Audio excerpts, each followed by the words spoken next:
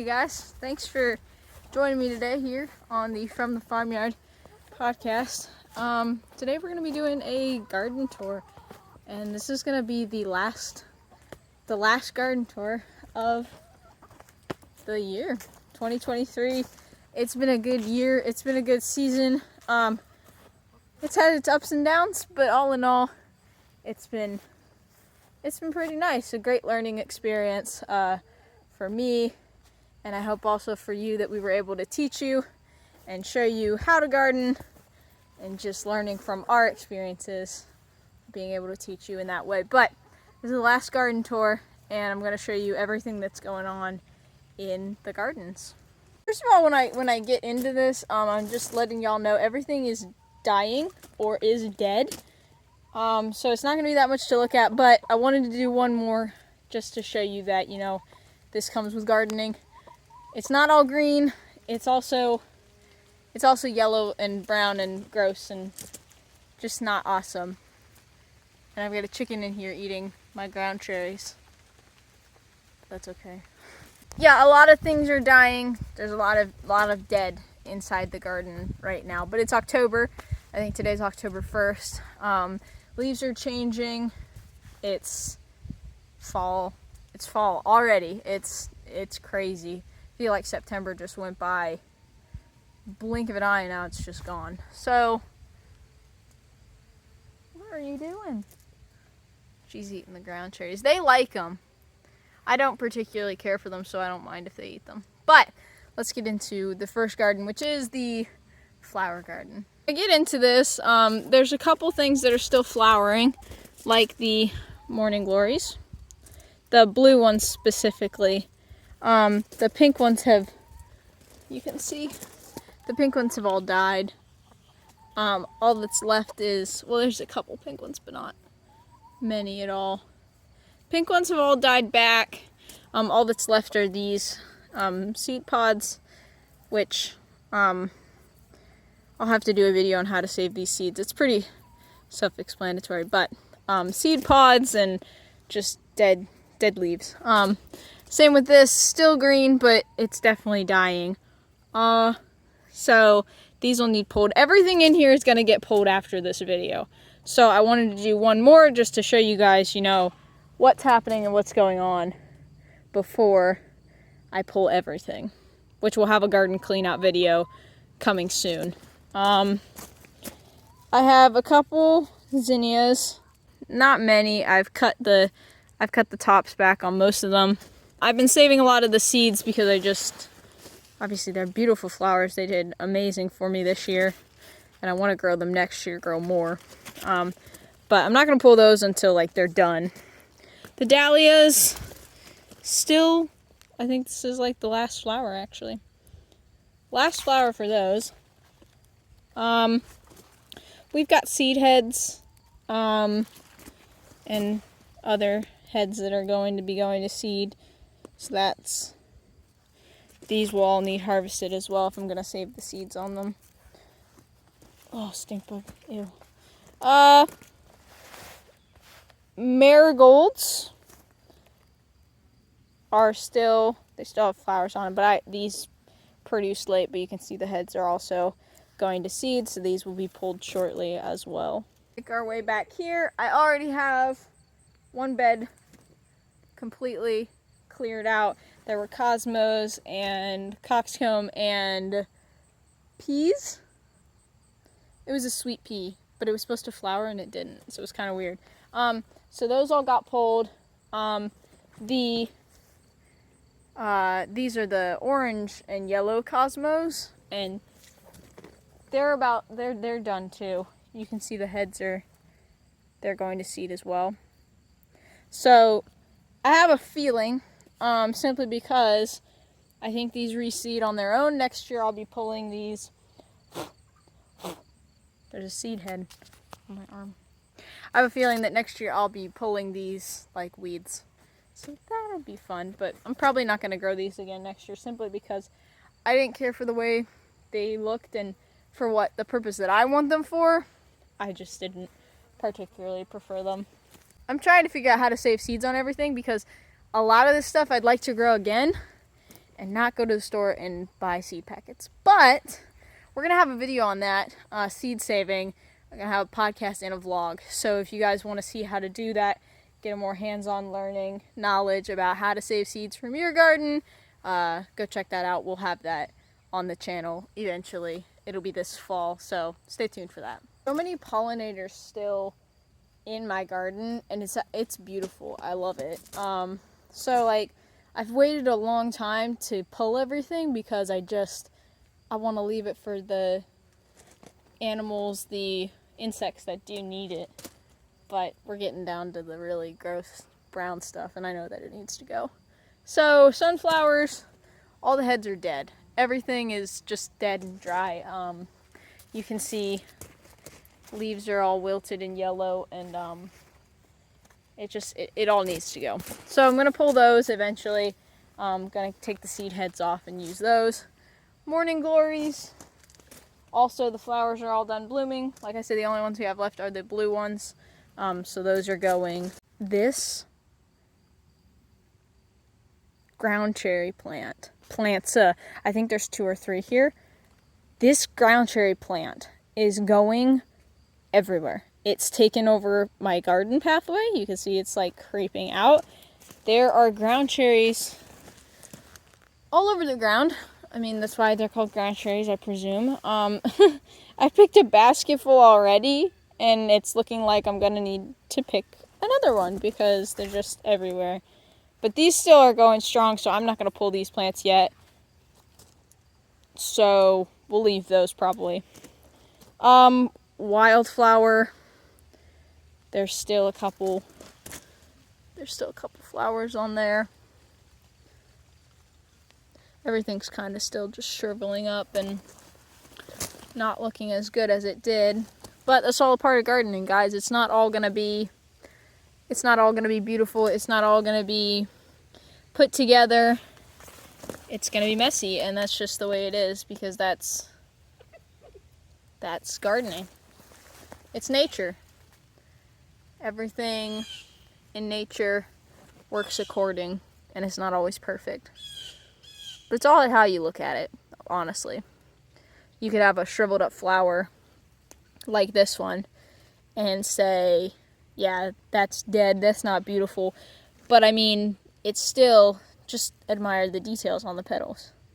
Like just the tips of them, how they're red, and how the petals in themselves are such a vibrant orange. So it really is, it's all in how you look at it. Yeah, the garden may be dying, it may be backing off, but there is still beauty in disaster. You really got to look for it. That's the moral of this little story. You really got to look for the beauty in times of disgusting disaster and death. Yeah. So, yeah, that's me trying to be motivational for you guys. Moving into the big garden. I pulled the weeds, guys. I pulled the weeds. You can see my massive weed pile. It's honestly very beautiful. But I've been in the process of slowly cleaning things out, so you'll notice that it's a little bit neater, a little bit less weeds. I've been really trying to keep up with it, but everything will be cleaned out whenever we start pulling the plants. So we're going to start with the green beans. This is a new succession plant that I did, and they're coming on. You can see those there. So these green beans are starting to produce. Hopefully they'll keep going before we get nipped by any frost, which I have a feeling will be soon. It hasn't been yet, but it's definitely going to be this month. Bell peppers still growing. There's some bell peppers. These jalapeno plants are still growing as well. You can see a jalapeno there, and some more right there. And they look nice. More jalapenos. Tomatoes are weak.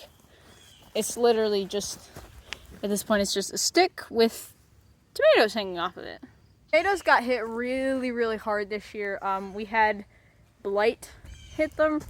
And if you know what blight is, you know that there's like two different types of blight, and that is early blight and late blight. Early blight really wipes it out because they're still young when they get it, and that's what happened to ours. They got it when they were young, and now it's kind of like, you can see the leaves, it's just not. So I've tried to keep up with it, tried to, you know, prune or just pick the tomatoes before they fall off or die or get moldy right on the branch.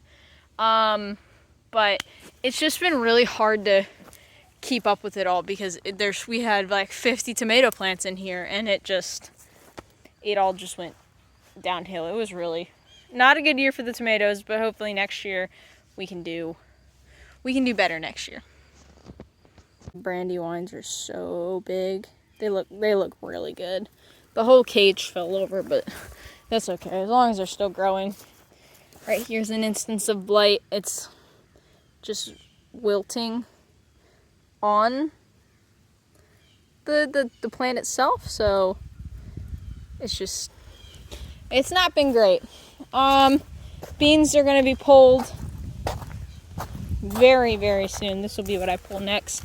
I'm gonna, when I do this, I wait till it can grow more beans, because I'll pull the plant and then I'll harvest all the beans off all at once, and then we'll just cover this and prepare it for winter.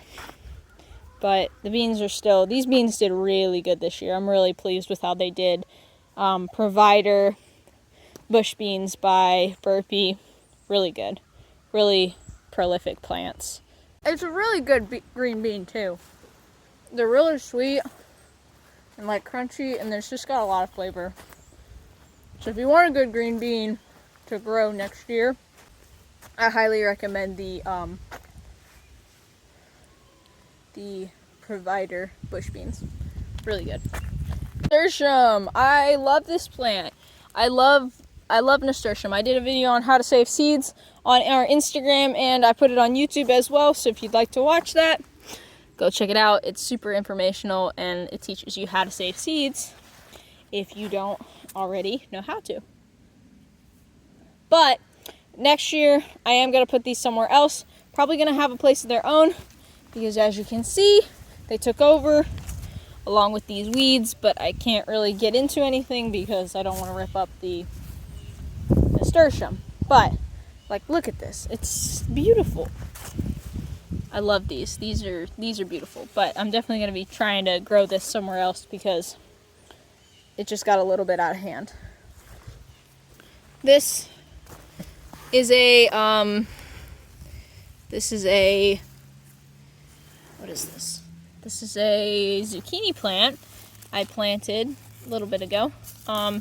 And we'll see if it does anything. You can see the flowers on it. So hopefully we'll get a couple more zucchini before a frost hits. But even if a frost does hit, I think it might last. Blueberry tomatoes are lovely. Okay. If you've watched the podcast before, you know that I do not like tomatoes. Zach has made a running joke on the channel that I'm the mater hater. So I do not like tomatoes, but I heard a lot of people, whenever I gave them these to try, they really, really liked them, and they said like these are like just really good tasting tomatoes. So blueberry tomatoes were a hit. Not for me, but for other people. They liked them. So I might try to save the seeds on these for next year, and we'll try to grow those again. But they were very prolific as well. I really liked growing them, and they did really good. Moving into this chaotic mess, there's tomatoes down here. There's tomatoes trellising up this trellis. There's yard-long green beans. 2 big yard-long green beans going bad, but whatever, it's fine. Cucamelons. I think the cucamelons are about done for the year. They did really good though. I made pickles with these. We also have a video on that if you want to check out how to make pickled cucamelons. They're really good, and like everybody that I've given them to, like, really, really likes them. So, highly recommend cucumber pickles. They're super yummy. If you want to learn how to do that, we have a video on our YouTube channel and Instagram, so you guys should go check that out and make your own. Lastly, we have these massive sunflowers. I don't think you can see because of the sun, but these are mammoth. They're huge. They're huge. Like, look at the size of this stalk. That's massive. But they're really, really big. I'm gonna take this heads. I'm gonna give those to the chickens or something. I don't quite know yet. But definitely have to pull these plants. I have to pull everything. As you can tell by the garden this year, everything is dying. Everything is either dying or dead. So definitely needs pulled very soon. Very, very soon. But I wanted to do one last garden tour just to show you, like, yeah, gardening is messy. Gardening is, it's all the seasons. The dead and the alive, the in-between. It's growth. Sometimes, eventually, everything has to die. And for plants, this is their time to die. So, I just wanted to show you all that. But before we end this video, I want to show you one more thing. Lots and lots of pumpkins. Little pumpkins mainly. Big jack-o'-lantern pumpkins.